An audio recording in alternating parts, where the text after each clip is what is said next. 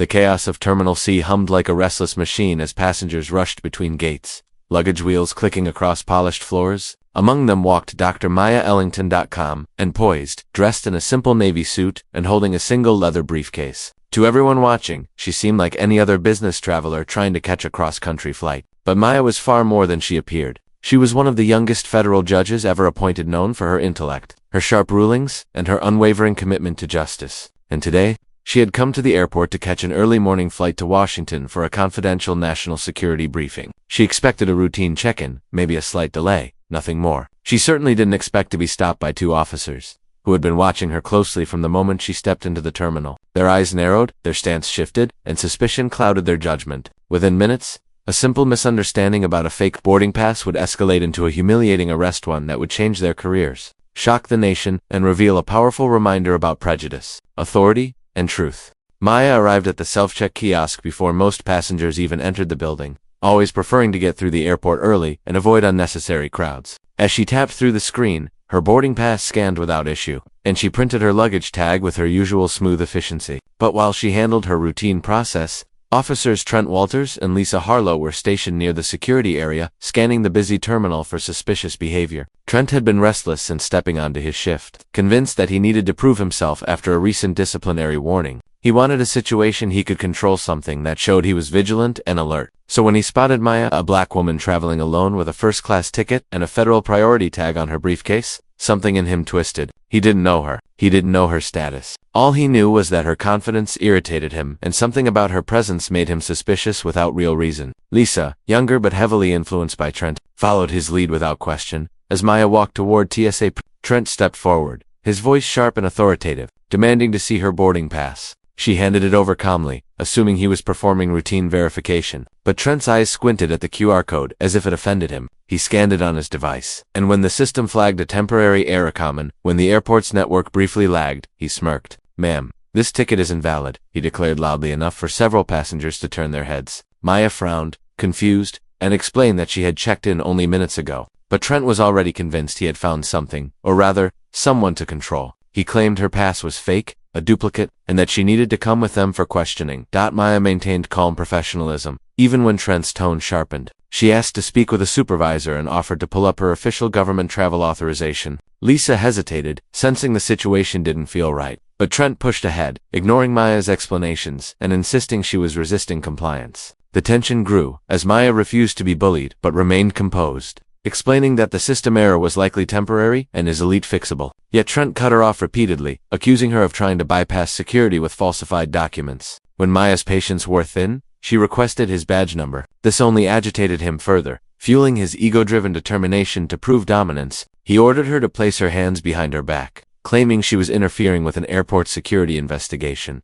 Passengers watched in shock as the scene unfolded. Some recorded with their phones, whispering among themselves about the unjust treatment. Maya didn't resist, though her frustration simmered beneath her calm exterior. She allowed them to cuff her, even though the humiliation stung deeply. Being treated like a criminal simply because an officer's ego and assumptions overshadowed protocol was something she had adjudicated in cases countless times before, but experiencing it personally was a different pain entirely. Trent marched her toward the holding room, acting as if he had captured a dangerous fugitive, not a federal judge on official duty. Meanwhile, Lisa walked quietly behind them, her conscience pricking at her nerves, but she feared speaking up. The booking room smelled of cold metal and stale air as Trent continued questioning her. Refusing to check the system again or call the airline for verification, Maya repeated the truth with steady composure, though she felt a growing unease, not fear, but anger at the injustice unfolding. She had faced discrimination before, but never like this, never so publicly, never with such audacity. She knew her rights, knew the law far better than the man accusing her, but she also knew escalating verbally would only lead to further mistreatment. So she waited, watched, and stayed silent, knowing that truth always reveals itself in time. Meanwhile, airline staff discovered her luggage still at the kiosk and began trying to locate her to complete check-in. When they couldn't find her, they contacted TSA, which quickly alerted the police at the security checkpoint.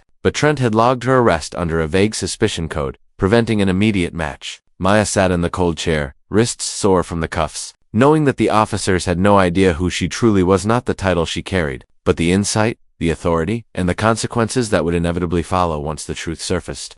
Inside the cramped holding room, Maya observed every detail: the flickering fluorescent light above her, The scuffed tile floor, the cheap plastic chair across from her. Years of courtroom discipline kept her composed, even as frustration built behind her controlled gaze. Trent kept pacing back and forth, occasionally throwing accusing glances her way, as if trying to intimidate her. He seemed to thrive on the idea that he had caught someone important, enough to boost his record but powerless enough that she wouldn't fight back. Meanwhile, Lisa quietly sorted paperwork nearby, her hands fidgeting as doubt shadowed her expression. She had begun to question the legitimacy of Trent's actions, especially after hearing Maya speak. Her eloquence, her calmness, her precision. Nothing about Maya aligned with Trent's accusation of fraud, but Trent's influence loomed over her like a heavy cloud, and she worried that challenging him would only make her own career harder. Maya asked for a phone call, noting her right to contact counsel or a supervisor. Trent denied it, claiming the investigation was still in process. She asked for the name of his superior officer. He refused again. Each refusal echoed the countless stories she had heard in federal court, stories of unchecked authority, inflated egos, discriminatory impulses masked as protocol. It was surreal, even for her, to be living through it firsthand. She drew a slow breath, grounding herself, reminding her mind that anger without clarity was useless. She had to remain patient until someone competent stepped in. Meanwhile, news quietly spread through the terminal. Several passengers who recorded the arrest uploaded short clips online, and airport customer service staff began asking security why a woman with a valid first-class ticket had been dragged away. The airline had already confirmed that her boarding pass was legitimate, the earlier error caused only by a temporary network issue. By the time an airport security manager, Mr. Dalton, received the report, he immediately requested verification of the arrest. Dalton, a man known for his strict adherence to procedure, didn't tolerate deviation. He walked briskly toward the holding area, irritation etched across his face. Inside, Lisa subtly perked up when Dalton entered, sensing a shift in authority. Trent tried to intercept him, declaring with overconfidence that the woman had used a fraudulent boarding pass. Dalton held up a hand, cutting him off, and asked for the scanned code. When he reviewed the timestamp, his brows furrowed. The system had clearly flagged an error due to network latency. It wasn't a duplicate, wasn't flagged as fake, just a delayed confirmation. Dalton turned toward Maya, noticing her professional demeanor, the calm and measured posture of someone accustomed to far more serious environments. He asked her politely to confirm her name. The moment she said Maya Ellington, Dalton froze. He wasn't politically active, but he read enough to recognize the name Judge Ellington, the federal judge who recently delivered a landmark ruling on civil rights protections. He blinked once, processing the impossibility of what he was seeing. Why would a federal judge be detained over a scanning error, and why had Trent escalated it to an arrest? Dalton snapped instantly into corrective mode. He demanded that the cuffs be removed, and Lisa hurried to comply, her hands trembling slightly as she unlocked them. Trent protested, insisting she was lying about her identity. Dalton ignored him entirely, already making calls to confirm her status. Within minutes, official federal travel records verified her assignment and her destination. The airline sent an immediate apology through security channels. Dalton, mortified, approached Maya with deep regret, offering to get her escorted to her gate and to file an incident report. But Maya's expression remained firm. She wasn't looking for comfort. She wanted accountability. She requested Trent's badge number again, this time with Dalton present. Trent stiffened, a creeping realization dawning in his eyes, not yet full understanding, but the unsettling sense that this situation was spiraling out of his control. Before Trent could attempt another interruption, Maya calmly informed Dalton that she had been denied her legal rights during detainment. Dalton swallowed hard, knowing what that meant.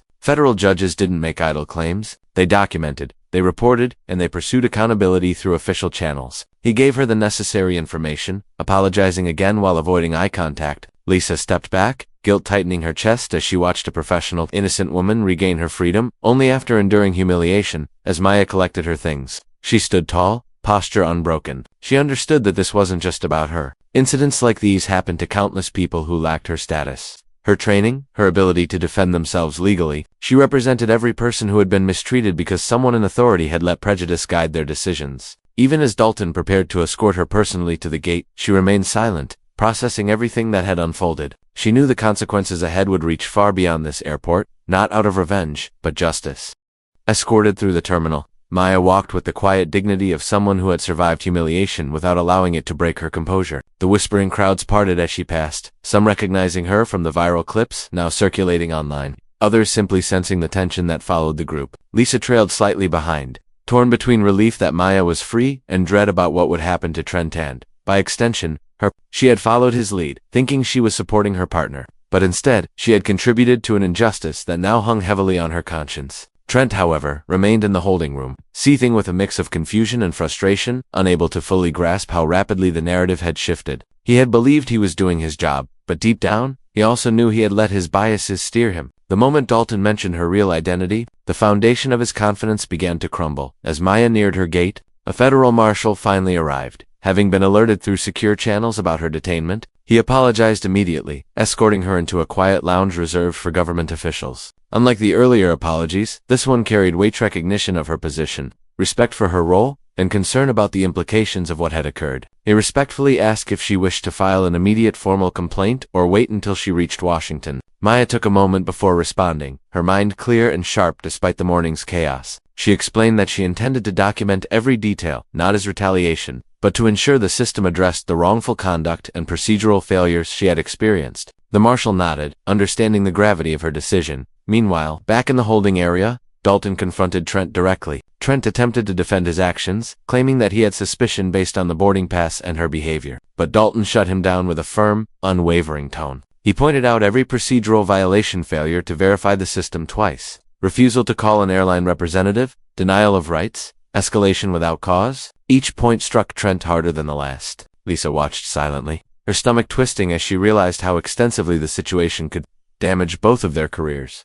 Dalton explained that an internal investigation was already being launched. The airport authority had been contacted, the Federal Travel Office had confirmed her identity, and worst of all for Trent, the videos recorded by passengers were now going viral across social media platforms. Clips titled "Woman Arrested for a Real Ticket, an Officer Accuses Traveler Without Checking System" were gaining millions of views by the hour. Comment sections filled with outrage, disbelief, and discussions about racial profiling and abuse of authority. Within an hour, news outlets picked up the story, though none yet knew that the woman involved was a federal judge. That fact would emerge soon, and when it did, the backlash would explode even further. As Maya prepared to board her rescheduled flight, she sat alone, reflecting deeply. Her mind returned to the moment Trent dismissed her explanations, to the way he spoke to her as though she were automatically guilty. She thought of the countless times she had read case files, describing similar mistreatment cases where people lacked the resources or status to defend themselves. She felt a renewed resolve forming inside her, a sense of duty not just to her own dignity, but to the fairness she had sworn to uphold. Her role wasn't just to interpret the law, but to confront the flaws within the system that allowed actions like Trent's to go unchecked. While she boarded the plane,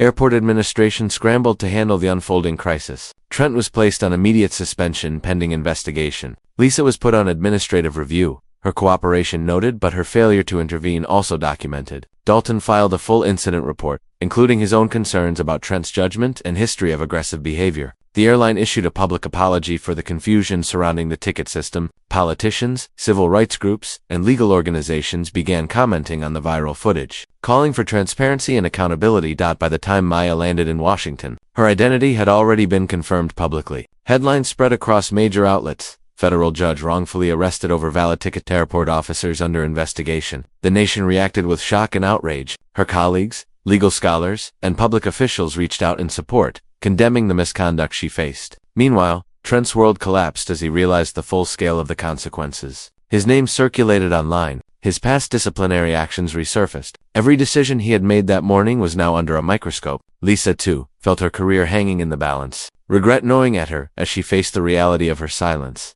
For Maya, however, the moment she stepped into the secure government building for her briefing, she carried herself with the same poise she always had. But those around her sensed a shift, a heightened fire in her calm demeanor. She was not broken, she was awakened. What had happened at the airport was not just an inconvenience or embarrassment, it was a reminder of the responsibility she bore, a responsibility to confront injustice wherever it appeared, whether in her courtroom or in the public spaces people trusted to be safe and fair.